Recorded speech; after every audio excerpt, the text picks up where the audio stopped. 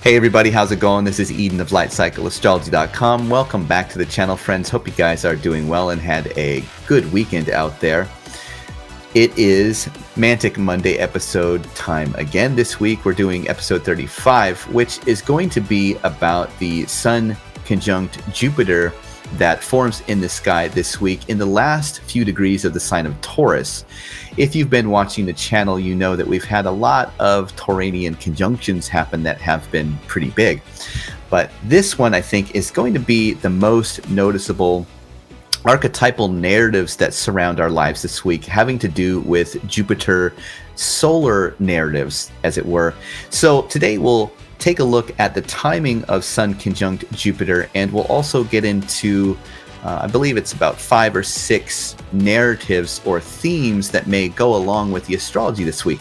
Before we begin, don't forget to like, share, subscribe, hit notifications so you don't miss any videos. Leave some comments in the comment section, and you can always go to lightcycleastrology.com if you want to get a hold of me or find out about readings that I offer there.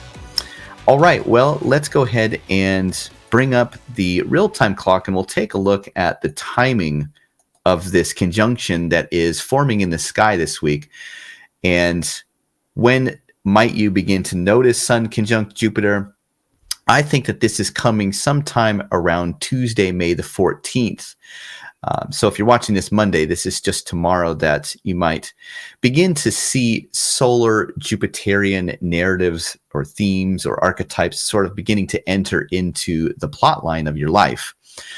Whether that is on the internal landscapes or in even more concrete things that happen around you.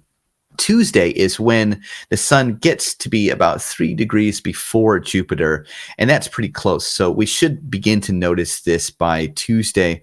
And then if we roll the real-time clock forward here, we're going to see that the sun catches up to Jupiter by right around Saturday, and then it's on Saturday that the sun will pass over Jupiter, and then by the time we get to the beginning of next week, the sun enters the sign of Gemini.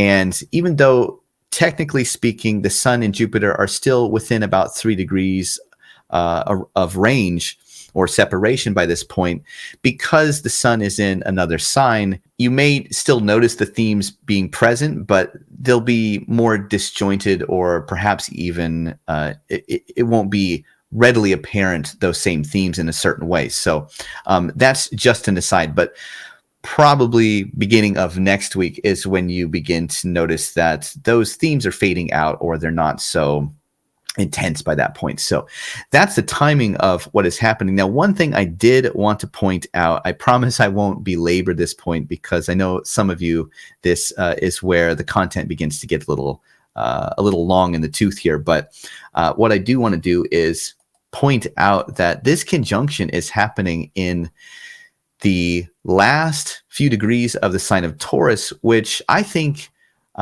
is going to provide or lend interpretive value for us this time around. And let me just zoom in on this, and I'll show you what I mean here. You see here that the planetary glyphs are in the outer band of the zodiac here, right? And so you have the glyph of Mars that is, by ancient astrology standards, a dignity of this section of Taurus. So in other words, the last 3 degrees of Taurus, from the standpoint of a bound term dignities, was said to almost be beholden to Mars kinds of things. So in other words, a Sun-Jupiter conjunction will be operating within the archetypal field of Venus, because this is a Venus-ruled sign, but simultaneously maybe having some duty, or maybe beholden or acting also because Mars is demanding something at this time. So that's a pretty interesting mix here. We have Sun-Jupiter themes. We have Sun-Jupiter themes filtering through Venus motifs, but we also have a Mars motif that may be saying act, do, conquer, all of these kinds of things that come up when we think of Mars. So that is a part of it as well, I think, and is going to lend to some interpretive values as we get into the narratives that might be showing up for us. But speaking of those narratives, let's jump into it right now. For me, narrative number one is absolutely the one I think most people will begin to feel, and as the week begins, and then as the end of the week comes, might really notice some very strong internal feelings that go along with this narrative that is somehow getting around that very Marsy solar Jupiterian energy. And so I'm labeling this theme or narrative the big game, or the underdog and champion narrative. And this could also be looked at as almost like a hero quest or a big sporting match. And it's going to carry along with it such things as brawn, strength, maybe even vanity, because what do you get when you combine Jupiter and the sun coming together and big things or solar things being blown up, but also happening in Venus's sign and having a connection with Mars as well. And so when you merge all of these things together, or blend all of these archetypal essences together, as it were, it's like you might want to do something big that feels like it's a quest, or there's some competition. There's an opponent that has to be bested. You have to show strength. You have to show brawn. But this is also happening in Venus's sign. So you might want to look good doing it, or come off as, what's that saying? Have good optics, as it were. Like, you don't want to look like the bad guy, but you want to beat the crap out of your opponent, or something like that. So you get almost a narrative that is surrounding some big quest that has to be fulfilled. Now, one thing that I'll add to this, though, is that sometimes these narratives happen on the inner landscapes, and that means that they're not completely matching with what actually needs to happen, so much as it's something we feel like needs to happen, and there's a little bit of a difference there. So it might feel as though you have to compete with somebody, but you don't actually. Although there are times where we absolutely need to step on the mat and go toe to toe with somebody for something like a moral stance that we have. With Jupiter coming together with the sun, or the sun coming together with Jupiter, you definitely get those themes of what do we need to stand for morally? What are our convictions? What keeps unity and holds together? Is there a destructive element somewhere, a person, a friend, something in our lives that is that Mars component that is speaking to, okay, in order for me to hold goodness, hold morality or virtue, or stand on principle, or something like that, do you have to fight for something? Do you have to go on a quest and be victorious? All of these types of things might come along. So that is what I think is going to be a big narrative for many of us out there this week, is something feeling like a sporting match or a big quest that is us digging into our hero self and being like a superhero. Whether we actually need to do that in reality, or whether it just feels like that's what we should do internally, that's what I'm wondering about, because there are so many planets in the sign of Taurus right now, and Venus being one of them, who herself is under the rays or the beams of the sun, which means that sometimes things happen more out of sight or internally. But anyway, is there kind of the, I'm an underdog, but I need to rise to the top, and I'm having my, I'm my eyesight is sort of focused on a very fixed point that is me sort of rising from some lowly underdog kind of status up to like champion. There could be this need to sort of really exert yourself in that kind of big way, I think, with the archetypal narratives present in the sky this week, with Sun and Jupiter coming together in Venus's sign, but in the bounds of Mars as well. So that is narrative number one. Narrative number two is going to be supportive rain and sunshine in the garden. This also, I think, could be a different angle on this, because if you think about Taurus, this springtime sign where, it's the time of year that the flowers are coming back, the frost or the cold of winter is very much by this point fading away, and it's becoming beautiful again, really sunny. But we have all of that rain, the May showers that bring April showers that bring May flowers, and all of that motif. For me, it's like you have this big solar theme. You have Jupiter there, and so like solar things are being exacerbated. They're being expanded or exaggerated out, right? They're becoming big. And for me, I just get this idea that Jupiter as a planet closely associated in the ancient world with rain, but also things that we would want, or things that are good, things that are lucky, that come along in some way. It's almost like you get the sense that there are things in our lives that are very fertile. They're very primed for growth. And you don't just have the replenishing rains that is lucky, right? You also have like the sun coming out and providing the solar nutrients, as it were, that is not only, going along with the nurturing water, the vital water of life, but is also, warming everything up and providing the warmth and heat. And in that way too, you get kind of this real, almost like image of the garden that has the fresh rain still on it, and then the sun breaking through the clouds and becoming really nourishing for things that are in a movement of growth or building, things that are building, constructing, becoming solid, but things that we would want that are having to do with our ambitions or goals in life, or projects that we're working on, or anything like that, I think is almost like this supportive narrative of nurturance, both with kind of like, metaphorical rain, but metaphorical sun providing everything that is needed. So that one is a real positive one, of course. Now, narrative number three is union and leadership, because we are, of course, talking about the sun here coming together with Jupiter.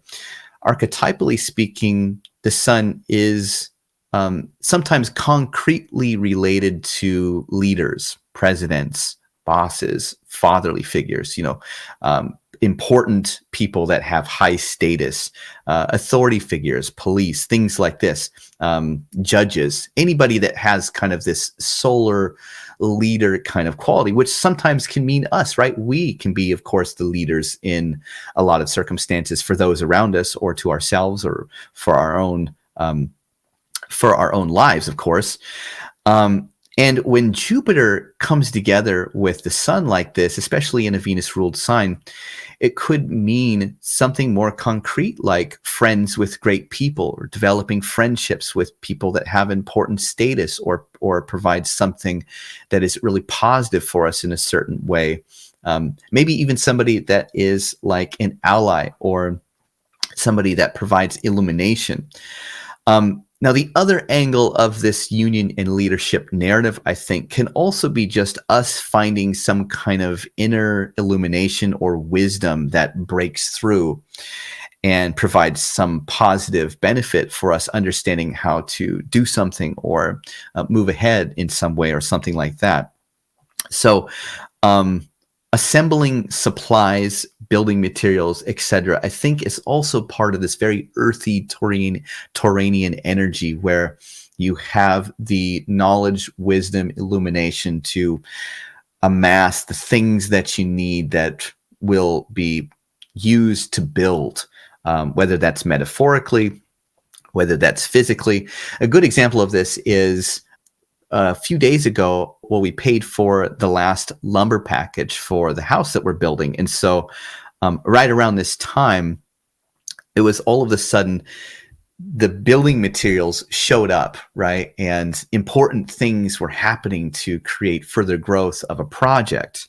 And so it really feels like there's some things coming together that are working for the project that I'm trying to accomplish here. And there's some movement, there's some action, there's some physical things coming together.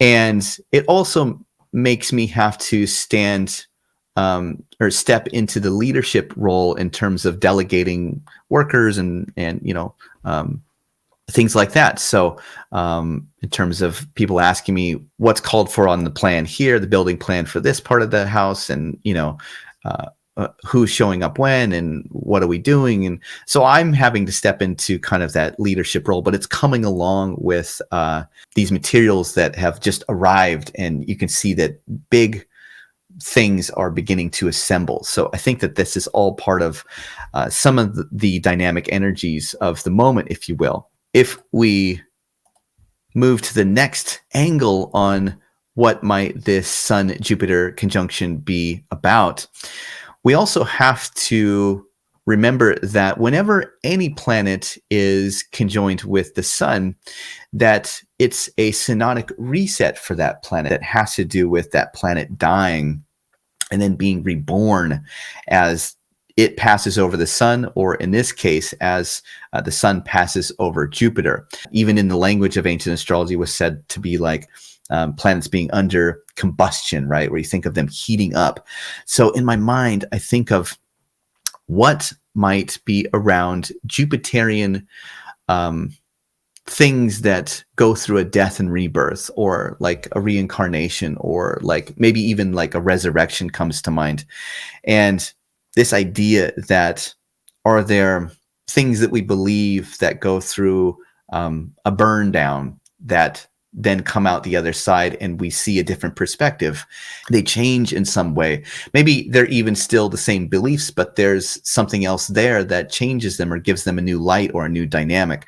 But could Jupiter be representing beliefs that are going through a process of some kind of burn down that's followed by the phoenix rising from the ash, representing new structures of beliefs or new beliefs that come along, or new ways that we see things like belief in ourself, also morality, also justice, or anything having to do with convictions, philosophy, the principles that we stand on, our moral convictions, so on and so forth. So you get Jupiter maybe going through more of a phoenix rising from the ash kind of theme. So I would, maybe that might be a more subtle one to watch for, but so far I haven't noticed that one concretely. But let me know in the comments if you do. Are there things that go through almost like a death and resurrection in terms of beliefs that you hold, or moral positions, or what you consider to be just or fair or righteous or good, or anything that has that Jupiter archetypal narrative that comes along with it. So that's theme number 4, is like Jupiter being like the phoenix that first burns down, but then resurrects himself from the ash of that burn down. I think is could be present for some of us out here. Okay, now let's also get into theme number 5, which is going to be music, dance, and art. Big things, right? We have the sun representing kind of the center of attention in a Venus ruled sign, right? I'm on a stage, I'm beautiful, I'm visible. Everybody is looking at me, just in the same way that everybody can see the sun, and the sun acts like the most important light that we have naturally. But happening in this Venus sign of like dance, music, art, love, romance, relationship, all of these things that have to do with Venus archetypal things is also really important. And when Jupiter is there in the mix, it's as if there is really big growth or expansion or bigness or exuberance. What's the word, like enthusiasm towards art or music or dance, I think is also just a simple narrative that might be a part of what is going on. And this happening in the bound terms of Mars again might speak to you saying, okay, I've been holding off wanting to pick up an instrument, but I'm going to go down and get this instrument. I'm going to begin learning. There's a beginning that might be taking place in terms of dance, music, art. But that could bleed into relationship, right? New relationships, anything that has to do with love, beauty, and I think especially the arts here is a potential narrative that could be coming for us this week. And lastly, narrative number 6 is going to be the shadow side. I did too much. Very, very much, I think, a potential narrative that could come in for us because it's that classic, I'm the hero, or I go out and I flex and I act, I see no limit, right? Jupiter is kind of saying, big, more, why can't you do it?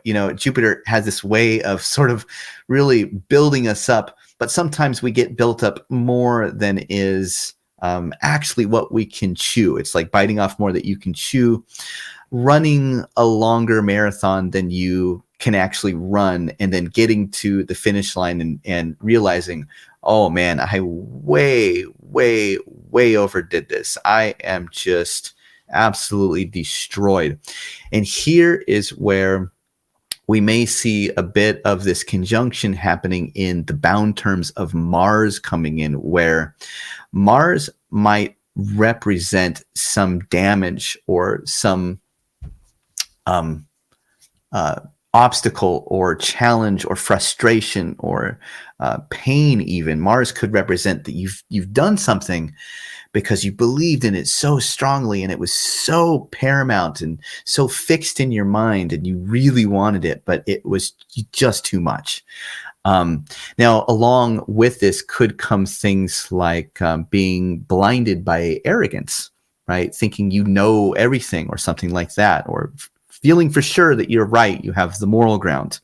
But with this happening in a Venus ruled sign, could there also be lust for something? We have to remember that Adolf Hitler was a Sun in Taurus person, and it's widely known that he had that lust for conquering, right? He wanted to conquer the nations of Europe, but the lust to do so was bloodlust, right? So there can very much be a lust in Taurus. And I think the shadow side of this Jupiter Sun conjunction can very much sometimes be about our lust for things. It's way beyond just want or desire. It gets into like the bloodlust of having something. So at times you can go too far in a lustful kind of way.